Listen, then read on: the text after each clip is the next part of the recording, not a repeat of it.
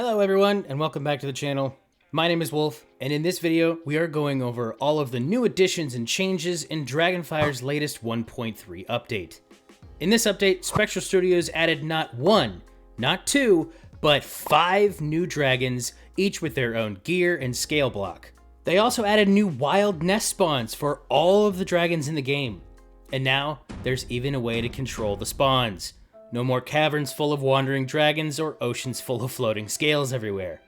Now let's get into it. If this is your first time here and you have no idea what this add-on is all about, I have made full guides for all previous updates as well as a beginner tutorial for anyone just starting out. All of those will be linked down in the description.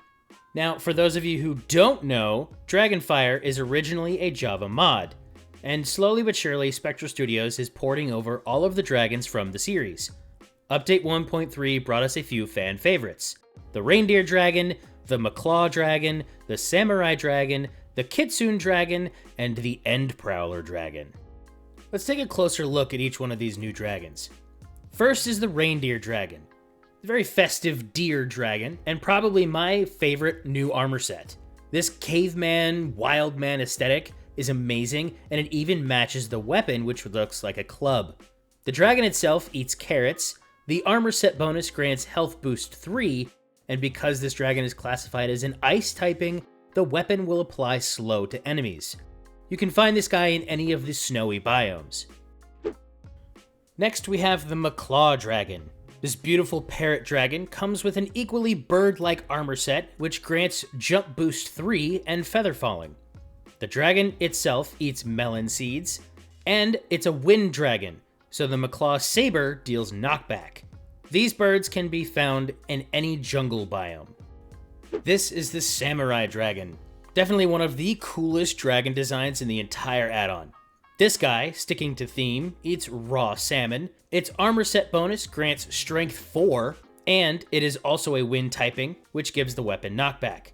These can technically be found in birch forests, but I was also able to find them in other types of forests as well. Here we have the Kitsune Dragon, one of my personal new favorite designs. This dragon was styled after the nine-tailed fox from East Asian mythology. The armor set is beautiful and grants fire resistance 3. It is a fire dragon, so the katana deals flame. Kitsune dragons can also be found in jungle biomes.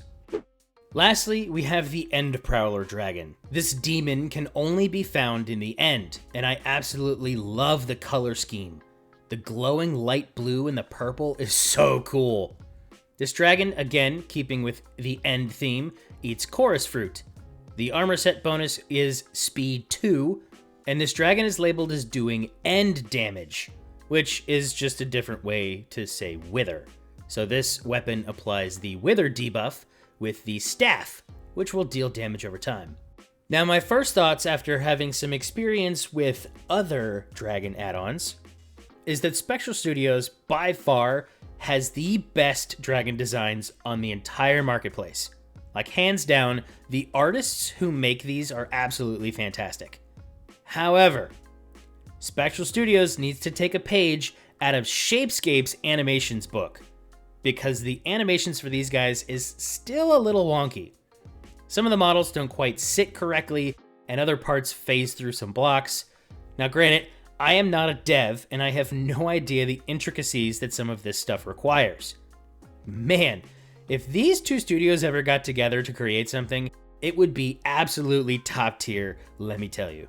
At the moment, the pruning of scales is still a little buggy.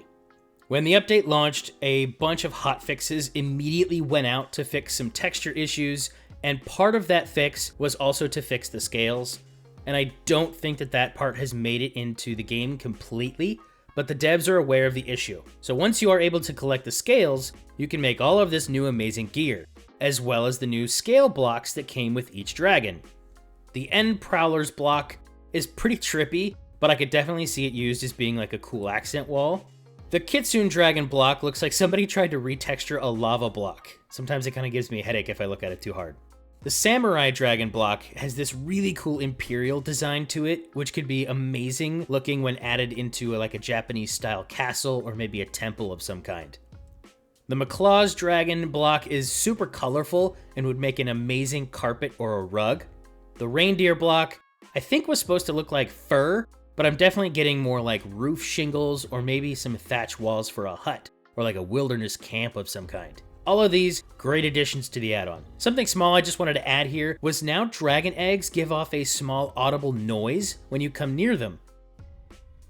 It's like a quieter version of the dragon roar, but I found this to just add a little bit more character to each one of the dragons. Not only did we get these new dragons, but now all of the 35 dragons also have nests that will randomly generate throughout your world.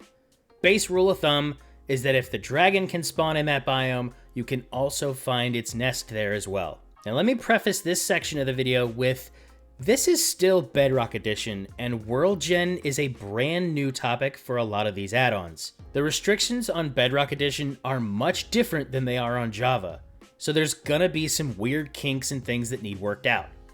For example, you may come across some nests that happen to spawn between chunk lines or even inside the surrounding landscape, leading to like partially generated structures. You may also notice this weird text pop up as you get near a nest. This is how the devs were able to program in the egg spawning. It's a command running in the background and basically just replaces a command block with the egg, blah, blah, blah, intricacies, background stuff. You don't need to really know about that. But in any case, it gets really annoying, especially if you happen to find a few nests within close proximity. In order to turn this alert off, either you or your server admin just needs to import the command \game rule command blocks enabled false. If for whatever reason you want to turn that back on, just change the word false to true. I was lucky enough to be given access to the Creative World file with all of the new nests in it, so I'll be able to do a quick montage of all 35 nests so that when you happen to come across one in your world, you know which dragon it belongs to.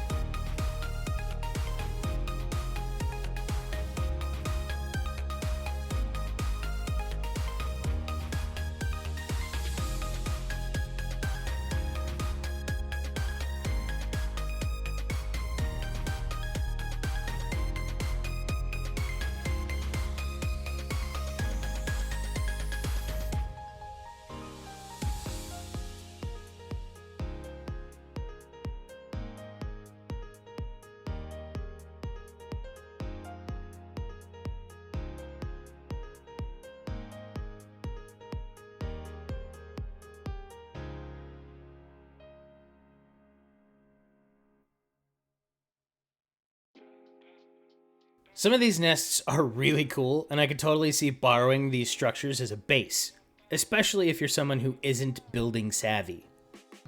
Now, the last thing I want to cover, and probably one of the biggest things that people have been asking for since this add-on first came out, is the ability to control the spawn rates.